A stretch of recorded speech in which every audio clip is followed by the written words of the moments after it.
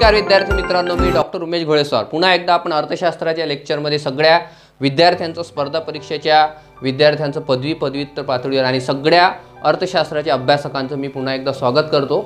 आपण आज जो भाग पाहणार आहोत तो सूक्ष्म अर्थशास्त्र म्हणजे काय आणि स्थूल अर्थशास्त्र म्हणजे काय। म्हणजे अर्थशास्त्राच्या अनेक जे आपण अभ्यास करणार आहोत, ज्याच्यामध्ये अनेक संकल्पना जे अभ्यासणार आहोत आपण, तर त्या समजण्याच्या अगोदर आपल्याला त्या समजल्या पाहिजे ती संकल्पना नेमकी कुठल्या अर्थशास्त्राच्या विश्लेषण पद्धतीमध्ये येते किंवा कुठल्या प्रकारच्या अर्थशास्त्रामध्ये ती येते। त्यामध्ये सगळ्यात अगोदर आपण आज पाहणार आहोत की सूक्ष्म अर्थशास्त्र आणि स्थूल अर्थशास्त्र, आणि या संदर्भामध्ये सूक्ष्म अर्थशास्त्राच्या संदर्भामध्ये कशा प्रकारचं डेव्हलपमेंट होत गेलं आणि स्थूल अर्थशास्त्रामध्ये कशा प्रकारचं डेव्हलपमेंट होत गेलं। तर सगळ्यात अगोदर मला इथं सांगणं खूप आवश्यक वाटतं, कारण सूक्ष्म आणि स्थूल अर्थशास्त्र हा जो शब्द आहे हा शब्द सगळ्यात अगोदर 1933 मध्ये ओस्लो विद्यापीठामधले जे अर्थशास्त्रज्ञ आहेत की ज्यांना रॅग्नर फ्रिश हे त्यांचं नाव आहे, तसं मुळात जर पाहिलं तर ते नॉर्वेचे इकॉनॉमिस्ट म्हणून देखील होते, परंतु ओस्लो विद्यापीठामध्ये त्यांनी महत्त्वाचं कार्य केलेलं आहे। आणि 1933 मध्ये सगळ्यात अगोदर मुख्यत्वे या ओस्लो विद्यापीठामध्ये अभ्यास करणाऱ्या किंवा या थोर अर्थशास्त्रज्ञांनी हा शब्दप्रयोग सगळ्यात अगोदर केला, ज्याला सूक्ष्म आणि स्थूल अर्थशास्त्र असं त्यांनी म्हटलं।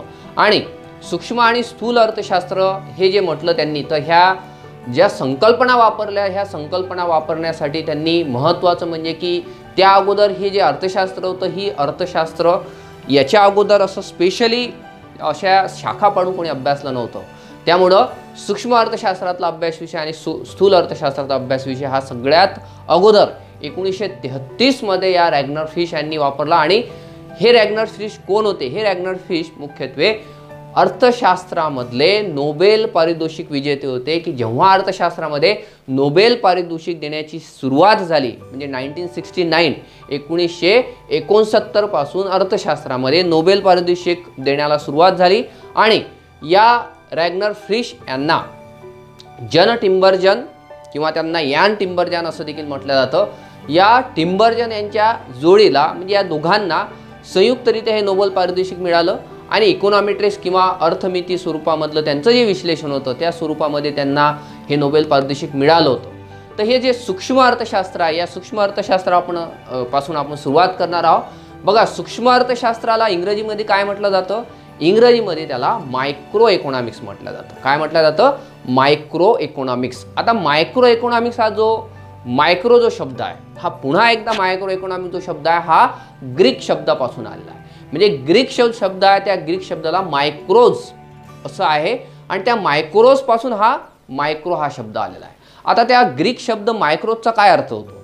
मायक्रोजचा अर्थ होतो अत्यंत लहान, आणि अत्यंत लहान म्हणजे छोट्यातला छोटा असं त्याचा अर्थ ग्रीक शब्दामध्ये होतो। आणि सूक्ष्म अर्थशास्त्राला मुख्यत्वे करून सूक्ष्म म्हणजे लहान असल्यामुळे व्यष्टी अर्थशास्त्र, सूक्ष्म लक्ष्य अर्थशास्त्र, त्याच्यानंतर अंशलक्ष्य अर्थशास्त्र, त्याच्याशिवाय किंमत सिद्धांत देखील म्हणजे किंमत सिद्धांत म्हणून देखील आपल्याला हे शास्त्र अभ्यासाला पाहायला मिळतं की अर्थव्यवस्थेमध्ये लहानातल्या लहान घटकांचा स्वतंत्रपणे अभ्यास करणारी ही एक विश्लेषण पद्धती आहे मित्रांनो। आणि याचा संबंध हा अर्थव्यवस्थेमधील सगळ्या प्रकारच्या छोट्या घटकांचा अभ्यास होतो। मी पुन्हा छोटे किंवा लहान घटक म्हणत आहोत, नेमके काय असतात ते? याच्यामध्ये वैयक्तिक उपभोक्ता असो, उपभोक्त्याची वर्तणूक असो, वैयक्तिक उत्पादन असो, एखाद्या पेढीचं उत्पादन असो, कंपनीचं उत्पादन असो, त्यांचा अभ्यास म्हणजे ग्राहक विक्रेत्यांचा अभ्यास असो, हा अभ्यास असतो। त्यानंतर घटकांच्या किमती कशा ठरतात, वैयक्तिक आर्थिक घटकांच्या वागणुकीचा आर्थिक कृतीवर कसा परिणाम पडतो याचा अभ्यास हे शास्त्र करते। आणि या संदर्भामध्ये आपण याची थोडीशी पार्श्वभूमी पाहिली तर दिसून येते की लर्नर नावाचे एक अर्थशास्त्रज्ञ होऊन गेले। या लर्नरनी काय म्हटलेलं आहे की अर्थव्यवस्थेचे जणू काही सूक्ष्मदर्शकातून निरीक्षण करून अर्थव्यवस्थेच्या शरीरातील प्रत्येक पेशींचा अभ्यास सूक्ष्म अर्थशास्त्रामध्ये केला जातो, असं सुंदर प्रकारे त्यांनी वर्णन केलेलं आहे। म्हणजे त्यांनी उदाहरणं देखील आपल्याला इथं देता येतील त्यांच्या मतांवरून किंवा व्याख्येवरून, की उपभोक्त्याची वैयक्तिक वर्तणूक असते, तो मार्केटमध्ये जातो, कशा वस्तू खरेदी करतो, तो कसा प्रेफरन्स देतो, का बरं वस्तू खरेदी करत नाही, आणि या सगळ्या बाबींचा सूक्ष्म अर्थशास्त्र अभ्यास करते। वैयक्तिक मागणी असो, कशा प्रकारे तो डिमांड करतो, वैयक्तिक पुरवठा असो, वस्तूंचा पुरवठा कसा केला जातो, एखाद्या उद्योग संस्था आहे, पेढी आहे, कंपनी आहे, त्याचा उत्पादन खर्च कसा ठरतो, त्याची वस्तूची किंमत कशी ठरते आणि कामगारांना मजुरी कशी दिली जाते, त्याचे काय सिद्धांत आहे, मालकाला जो जमीन मालकाला जो खंड दिला जातो, त्यानंतर भांडवलदाराला जी व्याज दिला जाते, संयोजकाला जो नफा मिळतो, या सगळ्याची स्वतंत्रपणे अभ्यास करणारी शाखा, सगळ्या बाबींचा स्वतंत्रपणे अभ्यास करणारी शाखा म्हणजे हे सूक्ष्म अर्थशास्त्र आहे। आणि सूक्ष्म अर्थशास्त्राचा जर आपण अजून थोडासा पार्श्वभूमी जर पाहिली ऐतिहासिक, तर दिसून येते की हा जुनाच दृष्टिकोन आहे। कारण जुना दृष्टिकोन आहे म्हणजे की याच्यामध्ये काय पाहायला मिळालं की या विश्लेषणाचा किंवा या प्रणालीचा उपयोग मुख्यत्वे अर्थशास्त्राचे जनक ज्याला आपण म्हणतो की ते ॲडम स्मिथ, या ॲडम स्मिथने राष्ट्राची संपत्ती, जो आपण गेल्या लेक्चरला सुद्धा याचं पाहिलं होतं की या राष्ट्राची संपत्ती वेल्थ ऑफ नेशन या ग्रंथामध्ये 1776 मध्ये मुख्यत्वे करे विशिष्ट वस्तू आणि विशिष्ट उत्पादन घटकांच्या किमती कशा ठरतात याचं विश्लेषण देखील त्यांच्या ग्रंथामध्ये आपल्याला वाचायला मिळतं। त्यानंतर डेव्हिड रिकार्डो असो, जे एक जमीनदार देखील होते, अर्थशास्त्र देखील होते, या डेव्हिड रिकार्डोनं देखील मुख्यत्वे करून या सूक्ष्म अर्थशास्त्रातल्या काही संकल्पनांवर विश्लेषण केलेलं आहे। त्यांनी देखील खंड सिद्धांत जो मांडलेला आहे तो या सूक्ष्म अर्थशास्त्रामध्ये येतो। त्यानंतर परंपरावादी अर्थशास्त्र जे होते, जे J.S. मिल होते, यांचं देखील आर्थिक विवेचनामध्ये या सूक्ष्म अर्थशास्त्राचा अभ्यास किंवा दृष्टिकोन त्यांचा आपल्याला आढळतो। त्यानंतर JB असतील, त्याच्यानंतर मॉरिस डॉब असतील, त्यानंतर केनेथ बोल्डिंग असतील, या सगळ्यांनी सूक्ष्म अर्थशास्त्राचा डेव्हलपमेंट किंवा विकास केलेला आपल्याला पाहायला मिळतो। असं असलं तरी देखील एक महत्त्वाचे अर्थशास्त्रज्ञ आहेत आणि ते म्हणजे प्रोफेसर मार्शल। हे जे अल्फ्रेड मार्शल आहे, डॉक्टर अल्फ्रेड मार्शल आहे, यांनी काय केलं, सूक्ष्म अर्थशास्त्राला एका वेगळ्या वळणावर आणून ठेवलं आणि ते आणून ठेवण्याचं कार्य त्यांच्या 1890 मध्ये पब्लिश झालेल्या, प्रकाशित झालेल्या प्रिन्सिपल ऑफ इकॉनॉमिक्स, अर्थशास्त्राची मूलतत्वे या ग्रंथाने या सूक्ष्म अर्थशास्त्राला एका वेगळ्या उंचीवर नेलं। आणि या ग्रंथामध्ये बहुतांश जे विश्लेषण आहे हे कसं सूक्ष्म अर्थशास्त्र आधारित आहे। आणि त्यांनी जे मुख्यत्वे करून जो सीमांत तत्व त्यांनी वापरलं होतं, ज्याला मार्जिनल प्रिन्सिपल म्हटलं गेलेलं आहे, ते मार्जिनल प्रिन्सिपल हे सगळं सूक्ष्म अर्थशास्त्राचं विश्लेषण होतं। आणि त्यानंतर प्रोफेसर पिगू, त्यानंतर J.R. हिक्स, त्यानंतर या J.R. हिक्सनी, त्याच्यानंतर या पिगूने देखील या सूक्ष्म अर्थशास्त्रामध्ये डेव्हलपमेंट केलेलं आहे। त्यानंतर सॅम्युएल्सननं देखील याच्यामध्ये पुन्हा याच्यामध्ये विकास केलेला आहे। त्यानंतर श्रीमती जॉन रॉबिन्सन, मोठं नाव आहे श्रीमती जॉन रॉबिन्सन, की अमर्त्य सेन यांनी या श्रीमती जॉन रॉबिन्सन यांच्याकडे PhD केलेली आहे मित्रांनो। आणि प्रोफेसर चेंबरलिन असो, हे सगळे अर्थशास्त्रज्ञ जे आहेत हे सूक्ष्म अर्थशास्त्राच्या विकासामध्ये म्हणजे मोलाचे योगदान देणारे अर्थशास्त्रज्ञ आहे। त्यानंतर यामध्ये निकोलस बर्नोली हे देखील नाव आहे आणि जॉन व्हान न्यूमन आणि ऑस्कर मॉर्गेस्टीन यांचे नाव देखील विसरता येणार नाही। यांना देखील मुख्यत्वे करून जे विश्लेषण केलं त्या विश्लेषणामध्ये ह्या सूक्ष्म अर्थशास्त्राचं विश्लेषण होतं। आता आपण या सूक्ष्म अर्थशास्त्राच्या व्याख्येकडे वळणार आहोत की काय म्हणतात सूक्ष्म अर्थशास्त्राच्या व्याख्येच्या संदर्भामध्ये वेगवेगळ्या प्रकारचे शास्त्रज्ञ, अर्थशास्त्रज्ञ। याच्यामध्ये सगळ्यात पहिली जी व्याख्या आहे की मुख्यत्वे करून या पहिल्या व्याख्या जी आहे ती पहिली व्याख्या अनेक टेक्स्टबुकमध्ये आहेत, NCERTच्या पुस्तकामध्ये आहे, CBSEच्या पुस्तकामध्ये आहे, पदव्युत्तर पातळीच्या सगळ्या पुस्तकामध्ये, आणि ही बेसिक व्याख्या आहे। त्यानंतर अजूनही देखील याच्या व्याख्या आहेत। ही जी व्याख्या आहे ती प्रोफेसर केनेथ बोल्डिंग यांची व्याख्या आहे। काय म्हणतात केनेथ बोल्डिंग, की सूक्ष्म अर्थशास्त्र म्हणजे एका विशिष्ट पिढीचा, बघा इथं लक्षात द्या काय म्हटलेलं आहे, सूक्ष्म अर्थशास्त्र म्हणजे एका विशिष्ट पिढीचा, विशिष्ट कुटुंबाचा, वैयक्तिक किमतीचा, मजुरीचा, वैयक्तिक उत्पन्नाचा, वैयक्तिक उद्योगाचा आणि विशिष्ट वस्तूंचा अभ्यास होय, असं ते म्हणतात। त्यांनी विशिष्ट वापरलेलं आहे, एका व्यक्तीचं वापरलेलं आहे।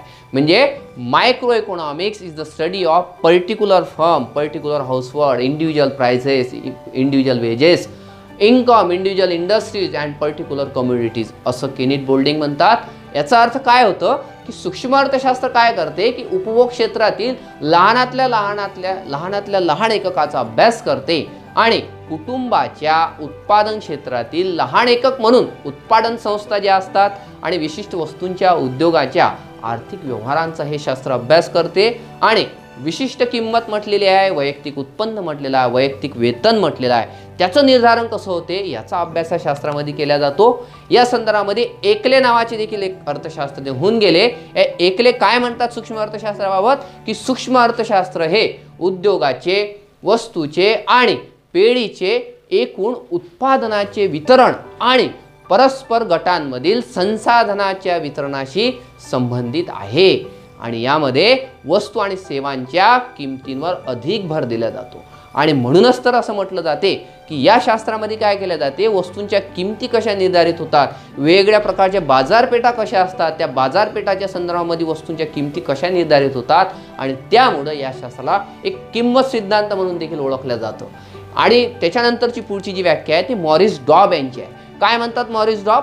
मॉरिस डॉब म्हणतात की अर्थव्यवस्थेचे सूक्ष्मदर्शी मायक्रोस्कोपिक सूक्ष्मदर्शी अध्ययन म्हणजे सूक्ष्म अर्थशास्त्र. छोटी व्याख्या त्यांनी केलेली आहे की micro economics is a microscopic study of economy म्हणजे अर्थव्यवस्थेचे सूक्ष्म दृष्टिकोनातून विश्लेषण असं मॉरिस डॉब म्हणतात. म्हणजेच वैयक्तिक आर्थिक घटकांचा सूक्ष्म स्तरावर अभ्यास म्हणजे हे सूक्ष्म अर्थशास्त्र आहे. आणि त्याच्यानंतर प्राध्यापक लर्नर यांची व्याख्या देखील महत्त्वाची आहे मित्रांनो. काय म्हणतात लर्नर की अर्थव्यवस्थेच्या जैविक प्रणालीत, काय म्हणतात, अर्थव्यवस्थेच्या जैविक प्रणालीत एक व्यक्ती किंवा कुटुंब म्हणून उद्योग संस्था उत्पादकांची भूमिका बजावतात आणि अर्थव्यवस्थेमधील या उलाढालींचे सूक्ष्मदर्शकाखाली निरीक्षण करण्याचा प्रयत्न म्हणजे सूक्ष्म अर्थशास्त्र आहे. म्हणजे या सगळ्या व्याख्यावरून आपल्याला काय काढता येईल सर की काय असतं की विक्रेता आहे, ग्राहक आहे आणि यांच्यामधील जे संबंध असतात म्हणजे वस्तूंची निर्मिती कुठंतरी होत आहे, ती वस्तूंची निर्मिती कशा प्रकारे केल्या जात आहे, कोणत्या उत्पादन घटकांचा त्याचा उपयोग होत आहे, उत्पादन घटकांचे मोबदले कसे ठरत आहेत, वस्तूंच्या किमती कशा निर्धारित आहेत आणि ती वस्तू ग्राहकांपर्यंत येण्यापर्यंत ज्या सगळ्या प्रकारच्या क्रिया होतात त्याचा अभ्यास हे सूक्ष्म अर्थशास्त्र करते.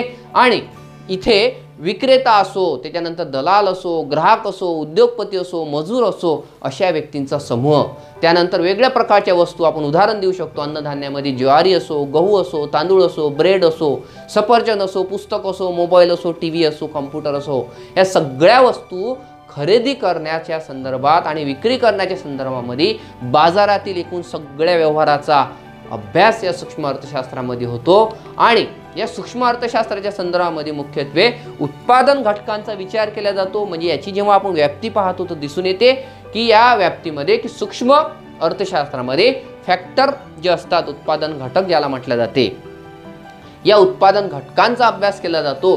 विविध वस्तू आणि सेवांचे, वस्तूंच्या उत्पादनाचे विभाजन कसं होतं याचा अभ्यास या सूक्ष्म अर्थशास्त्रामध्ये केला जातं. त्यामुळे एकूणच कोणत्या वस्तूंचं उत्पादन करायला पाहिजे, कोणती पद्धती उपयोगात आणायला पाहिजे, किती प्रमाणात उत्पादन करायला पाहिजे आणि तयार झालेल्या वस्तू आणि सेवांचं विभाजन कसं करायला पाहिजे, त्यानंतर उत्पादन आणि उपभोग यातून महत्तम कल्याण कसं साधलं जायला पाहिजे, याचे सगळ्याचे उत्तर हे सूक्ष्म अर्थशास्त्र देते मित्रांनो.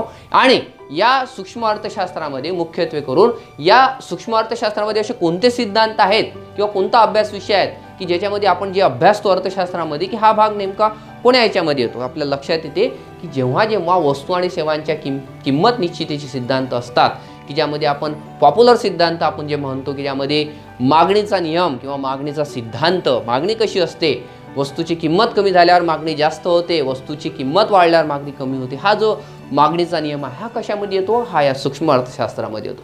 पुरवठ्याचे सिद्धांत, त्यानंतर उत्पादन आणि उत्पादन घटकांचे किंवा खर्चविषयक सिद्धांत, हा भाग या सूक्ष्म अर्थशास्त्रामध्ये येतो.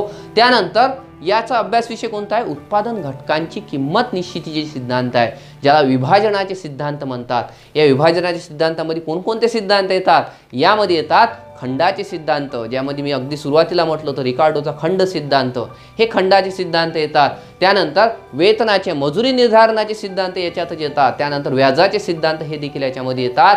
नफ्याचे सिद्धांत देखील या सूक्ष्म अर्थशास्त्रामध्येच येतात. त्यानंतर याचा जो अभ्यास विषय आहे तो आर्थिक कल्याणाचे जेवढे सिद्धांत येतात, ज्यामध्ये पॅरोटोचे, सायटोस्कीचे, आधुनिक काळामध्ये जे पिगूचे सिद्धांत कल्याणाच्या संदर्भामध्ये आहेत, त्यानंतर अमर्त्य सेन यांचा जो कल्याणाचा सिद्धांत आहे, हे सगळा भाग कशामध्ये येतो, हा सगळा भाग या सूक्ष्म अर्थशास्त्रामध्ये येतो मित्रांनो. त्यानंतर या सूक्ष्म अर्थशास्त्राची कोणती वैशिष्ट्ये आहेत? याच्यामध्ये एकाच घटकांचा अभ्यास होतो, सूक्ष्म पद्धतीने अभ्यास केला जाते, महत्तम तत्वांचा विचार केला जातो, घटकांची व्याख्या ही संकुचित आहे, मात्र अभ्यास हा मायक्रो लेवलवर होतो, आर्थिक कार्यक्षमतेचं विश्लेषण होते आणि मूल्य सिद्धांत म्हणून याला ओळखलं जातं. त्यानंतर आंशिक संतुलन ज्याला म्हटलं जातं, पार्शल इक्विलिब्रियम ज्याला म्हटलं जातं, तो अभ्यास याच्यामध्ये केला जातं. त्यानंतर विविध बाजार रचनांचा अभ्यास याच्यामध्ये होतो, ज्यामध्ये वेगळ्या प्रकारचे बाजार जे असतात, पूर्ण स्पर्धा, त्याच्यानंतर अल्पाधिकार, त्याच्यानंतर मक्तेदारी किंवा एकाधिकार, त्याच्यानंतर एकाधिकारयुक्त स्पर्धा, ह्या अल्पाधिकार, ह्या सगळ्या ज्या स्पर्धा असतात बाजाराचे जे प्रकार आहेत, याच्यामध्ये किमती कसे ठरतात, हा सगळा विषय या सूक्ष्म अर्थशास्त्रामध्ये येतो. या सूक्ष्म अर्थशास्त्राचे काय महत्त्व आहे? महत्त्व आहे मित्रांनो, अनेक चांगले गुण आहेत. कारण व्यक्तिगत आर्थिक प्रश्न जेव्हा समजणार नाहीत तोपर्यंत देशामध्ये एकूण कशा समस्या आहेत, कोणत्या वस्तू निर्माण करायच्या, किती करायच्या, प्राईस कशी ठरवायची, याचा आपल्याला उत्तर मिळणार नाही. त्यामुळे सूक्ष्म अर्थशास्त्र अतिशय महत्त्वाची भूमिका बजावते. मुक्त बाजारपेठी अर्थव्यवस्थेची कार्यपद्धती लक्षात येण्यासाठी अर्थशास्त्र अतिशय महत्त्वाचं आहे. ओपन इकॉनॉमीमध्ये कसे व्यवहार होतात, वस्तूंचे ट्रेंड कसे आहेत, वस्तूंच्या किमती कशा वाढतात, बदलतात, का बदलतात, लोकांची वर्तणूक मार्केटमधील काय आहे, उपभोक्त्याची वर्तणूक काय आहे, याचा अभ्यास हे शास्त्र करते. आणि किंमत निश्चितीचा अभ्यास हे शास्त्र करत असल्यामुळे कशा प्रकारे साधन संपत्तीचं वितरण करायला पाहिजे, उत्पादन घटकांना मोबदले कसे द्यायला पाहिजे, हे महत्त्वाचं शास्त्र सांगते. त्यानंतर आर्थिक धोरण ठरवण्यासाठी हे देखील महत्त्वाचं आहे की लोकांच्या गरजानुसार पॉलिसी गव्हर्नमेंटनी कशी आखायला पाहिजे, त्याचं देखील मार्गदर्शन याच्यामध्ये होते. त्यानंतर उपभोक्त्यांना देखील उपयुक्त आहे, अर्थव्यवस्थेची कार्य समजते, आर्थिक कल्याणाचा अभ्यास देखील याच्यामध्ये होतो मित्रांनो. आणि त्याच्यामुळे हे शास्त्र अतिशय महत्त्वाचं आहे. उद्योगांना महत्त्वाचं आहे, व्यक्तीला महत्त्वाचं आहे, सगळ्या सामान्य नागरिकांना, शेतकऱ्यांना हे शास्त्र महत्त्वाचं आहे. उत्पादन घटकांचे मोबदले ठरवण्यासाठी, वस्तूंच्या किमती ठरवण्यासाठी सगळ्या प्रकारचा भाग हा सूक्ष्म अर्थशास्त्रामध्ये अभ्यासला जातो. त्यानंतर आपण पाहणार आहोत स्थूल अर्थशास्त्र. स्थूल अर्थशास्त्र ही जी संकल्पना आहे, ही स्थूल अर्थशास्त्राची संकल्पना देखील, हा स्थूल शब्द देखील कुठून आलेला आहे? मॅक्रो. हा मॅक्रो शब्द देखील ग्रीक शब्द जो आहे, ग्रीक भाषेमधील, ज्याला मॅक्रोज म्हटलं गेलेला आहे, इथूनच आलेला आहे. आणि ज्याचा अर्थ काय होतो? लार्ज किंवा मोठा, म्हणजे ॲग्रिगेट, एकूणांचा अभ्यास याच्यामध्ये केला जातो. आपण पाहणारच आहोत की यामध्ये काय केलं जातं की आपण सूक्ष्म अर्थशास्त्रामध्ये एका विशिष्ट व्यक्तीचा, विशिष्ट पिढीचा, विशिष्ट किमतीचा असा शब्द प्रयोग केलेला होता केनेथ बोल्डिंग यांनी. या ठिकाणी सूक्ष्मांचा अभ्यास नाही आहे, तर एकूणांचा अभ्यास आहे, संपूर्ण अर्थव्यवस्थेचा अभ्यास आहे, संपूर्ण देशाचा अभ्यास आहे. म्हणून एकूण रोजगार, एकूण राष्ट्रीय उत्पन्न, GDP, NDP, GNP ह्या सगळ्या संकल्पना याच्यामध्ये येतात. त्यानंतर समग्र पुरवठा, समग्र मागणी, एकूण मागणी, वस्तूंची एकूण मागणी, वस्तूंचा एकूण पुरवठा.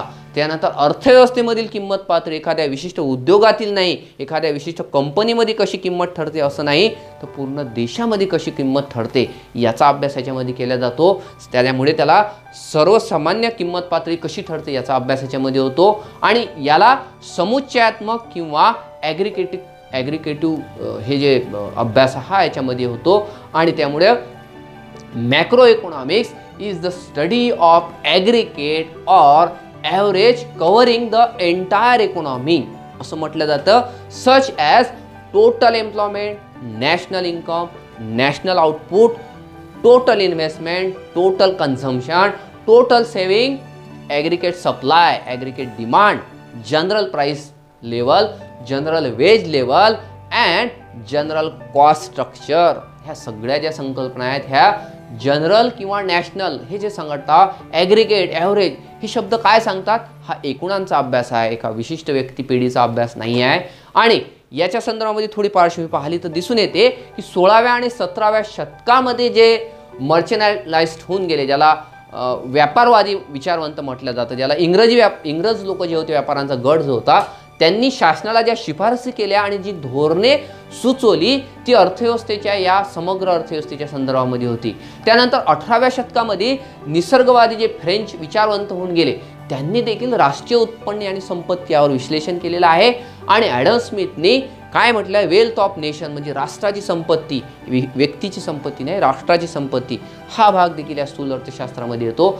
जे.एस. मिल यांनी देखील या राष्ट्रीय सिद्धांतामध्ये राष्ट्रीय उत्पन्नाचे एकूण वेतन, एकूण खंड, एकूण नफा यामध्ये होणाऱ्या विभाजनाविषयी चर्चा केलेली आहे मिल यांनी. त्यामुळे ह्या सगळ्यांचं योगदान आहे. त्यानंतर या अर्थशास्त्राचं कसं स्वरूप पाहायला मिळालं बघा पुढं, की 1914 ते 18 या दरम्यान काय झालं, पहिलं महायुद्ध झालं. त्यानंतर 1929ला जागतिक महामंदी आली. त्यानंतर 1939 to 1945 म्हणजे 1939 ते 45ला दुसरं महायुद्ध झालं. आणि या सगळ्या आर्थिक विश्वामध्ये घडलेल्या घडामोडींमुळे हे स्थूल अर्थशास्त्र अजून परिपक्व होत गेलं. कारण 1929ला काय झालं, की जागतिक महामंदीनंतर अर्थशास्त्रीय विचारामध्ये मूलभूत आणि क्रांतिकारी विचार येऊ लागले. आणि यामध्ये लॉर्ड जॉन मेनॉर्ड केन्स नावाचे जे अर्थशास्त्रज्ञ होऊन गेले, की ज्यांनी 1936 मध्ये the general theory of money, employment and income या नावाचं जे पुस्तक लिहिलं, तर त्या पुस्तकाला शॉर्टमध्ये जनरल थेरी म्हटलं जातं. काय होतं ते, की या पुस्तकामध्ये मुख्यत्वे करून देशाचं उत्पन्न, रोजगार कसं ठरतं, इंटरेस्ट, व्याज कसा ठरतं याविषयीचं विश्लेषण होतं. आणि या पुस्तकाने अर्थशास्त्रामध्ये जागतिक अर्थकारणामध्ये खळबळ माजून दिली आणि आर्थिक विश्लेषणाची समग्रलक्षी स्थूल पद्धती महत्त्वपूर्ण आणि लोकप्रिय ठरली. का बरं ठरली, काय होतं या पुस्तकामध्ये, की 1929 मध्ये अमेरिका आणि ब्रिटनवर मोठा प्रभाव झाला. मोठे लोक बेरोजगार झाले. आणि ॲडम स्मिथनी जे निरहस्तक्षेपाचं धोरण सांगितलं होतं, किंवा अनेक अर्थशास्त्रांनी सांगितलं होतं, भांडवलवादी जे धोरण होतं, की आम्हाला आमचं कार्य करू द्या, सरकारचा हस्तक्षेप करू नका, हे जे धोरण त्याला तळा जाऊ लागला. जॉन बॅप्टिस्ट से यांनी जे सेचा बाजार नियम म्हटला होता, जो मुख्यत्वे करे भांडवलशाहीला पुरस्कार करणारा विचार होता आणि ज्याच्यामध्ये सरकारी हस्तक्षेप त्यांनी मानला नव्हता. परंतु या द जनरल थेरी याने सांगून दिलं की सरकारचा हस्तक्षेप पाहिजे, सरकारचे धोरणं पाहिजेत, सरकारचे मौद्रिक आणि राजकोषीय धोरणाचं महत्त्व या पुस्तकानं ग्रंथानं आणून दिलं. आणि त्यामुळं या पुस्तकाचं योगदान या स्थूल अर्थशास्त्रामध्ये अतिशय महत्त्वाचं आहे. अनेक क्रमिक पुस्तकामध्ये हे पुस्तक स्थूल अर्थशास्त्राचं नावच ह्या the general theory of employment, interest and money नावाचं हे पुस्तक तब्बल विषयाचं नावच होतं अनेक PGच्या अभ्यासक्रमामध्ये अनेक वर्ष. आणि त्यानंतर या स्थूल अर्थशास्त्राच्या विकासामध्ये केन्स यांच्याशिवाय अजून कोण होते, माल्थस होते, कार्ल मार्क्स होते, विक्सेल होते, वालरस होते, फिशर होते, सगळ्यांनी याच्यामध्ये योगदान दिलं. आणि त्यानंतर केन्स नंतर हेरॉड डोमरनी देखील याच्यामध्ये चांगल्या प्रकारचं डेव्हलपमेंट केलं. त्यांनी जे आर्थिक वृद्धी आणि विकासाचं मॉडेल मांडलं, प्रारूप मांडलं, ते देखील यावरच आधारित होतं. म्हणजे जॉन मेनॉर्ड केन्स आणि मिल्टन फ्राइडमन अशा परस्पर विरोधी मतांच्या तज्ज्ञांपासून तर आधुनिक काळामध्ये अमर्त्य सेन सारखे कल्याणकारी अर्थशास्त्रज्ञ आणि पॉल व्यापार धोरण सिद्धांत सांगणारे अर्थशास्त्रज्ञ जे आहेत, हे सगळे स्थूल अर्थशास्त्रामध्ये यांनी दिलेलं योगदान विसरता येणार नाही. आणि आपल्याला अजून लेटेस्ट काळामध्ये जर पाहिलं की अर्थशास्त्रामध्ये आपल्याला आंतरराष्ट्रीय पातळीवर काय दिसून आलं, की 2008 मध्ये जागतिक जी मंदी आली अमेरिकेमध्ये, की अमेरिकेमधील मंदीचा भारतीय अर्थव्यवस्थेवर एवढा झळ बसली नाही. कारण त्या काळामध्ये राजकोषीय तूट जी आहे ती भारतामधील तब्बल 6% केली होती. म्हणजे शासकीय खर्च वाढवण्यात आला होता, बँकिंग सिस्टीम मजबूत होती आणि बाजारामध्ये जास्तीत जास्त पैसा हा सरकारने ओतला आणि अर्थव्यवस्थेला तारण्याचा प्रयत्न केला. हे सगळं केलं, हे कशामुळे केलं, हे स्थूल अर्थशास्त्रामधलं जे विचार होता तोच हा विचार आहे. आणि त्यानंतर आज जे आपण परिस्थिती पाहत आहोत, की या 2020ला जे जागतिक संकट आलं कोरोनाचं, आणि कोरोनाचं संकट आल्यामुळे प्रत्येक देश आपल्या लोकांना किंवा आपल्या राष्ट्रामधील नागरिकांना काहीतरी आर्थिक मदत देत आहे. भारतामधील देखील केंद्र सरकारने मजूर असो, लघु कुटीर उद्योगांना जी आर्थिक मदत पुरवण्याचं धोरण अवलंबलेलं आहे. हे कशाचं आहे, हे आहे स्थूल अर्थशास्त्र. या स्थूल अर्थशास्त्रामध्ये राजकोषीय धोरण येतात, मौद्रिक धोरण येतात, त्यामध्ये वेगळ्या प्रकारचे गव्हर्नमेंट खर्च करते, कर्ज आकारते, गुंतवणुकीचे सगळ्या प्रकारचा हा विषय येतो. ही सगळी पार्श्वभूमी पाहिल्यानंतर आपण याची व्याख्या काय सांगतात ते बघू. स्थूल अर्थशास्त्राच्या संदर्भामध्ये हे जे केनिथ बोल्डिंग आहेत, या केनिथ बोल्डिंग यांनी या स्थूल अर्थशास्त्रामध्ये व्याख्या केलेली आहे. काय म्हणतात केनिथ बोल्डिंग, की स्थूल अर्थशास्त्र जो आहे हा कसा आहे, अर्थशास्त्राचा असा भाग आहे की ज्यामध्ये विशिष्ट बाबींचा अभ्यास न करता अर्थव्यवस्थेमधील मुख्य समूहांचा आणि सरासरीचा अभ्यास केला जातो. या समूहाची व्याख्या केली जाते आणि त्यानंतर त्यामधील परस्पर संबंध हा तपासून पाहिला जातो. Macro economics is that a part of the subject which deals with the great aggregate and average of the system rather than with particular items in it, and attempts to define these aggregate in a useful manner to examine relationship. म्हणजे याचा अर्थ की अर्थशास्त्राचा जो संबंध आहे हा वैयक्तिक परिमाणाशी येत नाही, तर तो येतो समग्राशी. वैयक्तिक उत्पन्नाशी येत नाही, एका व्यक्तीचं उत्पन्न नाही तर पूर्ण राष्ट्राचं उत्पन्न याचा येतो. वैयक्तिक किमतीशी येत नाही, एखाद्या पिढीच्या किमतीचा अभ्यास नाही आहे हा येतो सगळ्या देशाच्या अर्थव्यवस्थेमधल्या सर्वसामान्य किंमत पातळीशी. या संदर्भामध्ये प्राध्यापक जे.एल. हॅन्सन यांची देखील व्याख्या महत्त्वाची आहे मित्रांनो. काय म्हणतात जे.एल. हॅन्सन, की समग्र लक्ष्य अर्थशास्त्र ही अर्थशास्त्राची अशी एक शाखा आहे की ज्यामध्ये एकूण रोजगार, एकूण बचत, एकूण गुंतवणूक, त्यानंतर राष्ट्रीय उत्पन्न यासारख्या मोठ्या समुच्चयाचा आणि त्यांच्यामधील परस्पर संबंधाचा विचार करण्यात येतो असं हॅन्सन म्हणतात. त्यानंतर ॲक्ले यांनी तर याची सुंदर विश्लेषण याचं केलेलं आहे. त्यांनी उदाहरण दिलेलं आहे, मजेशीर उदाहरण आहे की काय म्हणतात ॲक्ले, की स्थूल अर्थशास्त्र कसं आहे, हे आर्थिक घटनांशी मोठ्या स्तरावर किंवा स्थूल पातळीवरचा अभ्यास आहे. आर्थिक जीवनांच्या एकूणाचा अभ्यास आहे, आर्थिक जीवनाच्या एकूणाचा तो अभ्यास आहे. आणि या संदर्भामध्ये ॲक्ले मोठं समजण्याजोगे उदाहरण देतो. काय म्हणतो, की स्थूल अर्थशास्त्र हे कसं आहे की हत्तीच्या विविध अंगाचा, हत्तीच्या हड्डीचा नाही, हत्तीच्या विशिष्ट अवयवांचा अभ्यास नाही आहे, किंवा हा जंगलातील एका झाडाचा अभ्यास नाही आहे, तर एकूण हत्तीचाच अभ्यास आहे. एखाद्या विशिष्ट जंगलातील झाडांचा अभ्यास नाही आहे, हा पूर्ण त्या जंगलाचाच अभ्यास आहे असं ॲक्ले म्हणतो. आणि त्यामुळे अर्थव्यवस्थेमधील एका माणसाचा, एका उद्योगाचा, एका पिढीचा हा अभ्यास नसून हा अर्थव्यवस्थेमधील संपूर्ण अर्थव्यवस्थेचा अभ्यास आहे. या संदर्भामध्ये टिम्बर्जन काय म्हणतात, की स्थूल अर्थशास्त्रामुळे अर्थव्यवस्थेमधील अनेक मोठ्या आर्थिक समस्यांचे समाधान किंवा उपाय शोधल्या जाऊ शकतात असं टिम्बर्जन म्हणतात. ज्यांना नोबेल पारितोषिक पहिलं जे मिळालं रॅग्नर फिश यांच्या संयुक्त जे मिळालं ते टिम्बर्जन आहेत मित्रांनो. हे काय म्हणतात, ते इट हेल्प्स, काय म्हणतात, हे जे स्थूल अर्थशास्त्र आहे, it helps in making the elimination process understandable and transparent, अशा प्रकारे त्यांचं विश्लेषण आहे. आणि या स्थूल अर्थशास्त्राच्या व्याप्तीमध्ये आपल्याला काय काय पाहायला मिळतं, की समग्र किंवा स्थूल अर्थशास्त्र जे आहे ते अर्थव्यवस्थेमधील राष्ट्रीय पातळीवरचं हे विश्लेषण आहे. एकूण राष्ट्राचं उत्पन्न आहे, एकूण रोजगार आहे, सर्वसामान्य किंमत पातळी आहे, आर्थिक वृद्धीचा दर आहे, एकूण गुंतवणूक आहे, एकूण बचत आहे, ह्या सगळ्या मोठ्या घटकांचा अभ्यास आहे. आणि या घटकामधील बदलणाऱ्या किंवा चढ उतार होणारी कारणे कोणते आहेत त्याचा अभ्यास या शाखेमध्ये केला जातो. आणि स्थूल अर्थशास्त्राला उत्पन्न आणि रोजगाराचा सिद्धांत म्हणून देखील ओळखलं जातं. काय म्हटलं मी, उत्पन्न आणि रोजगाराचा सिद्धांत म्हणून ओळखलं जातं.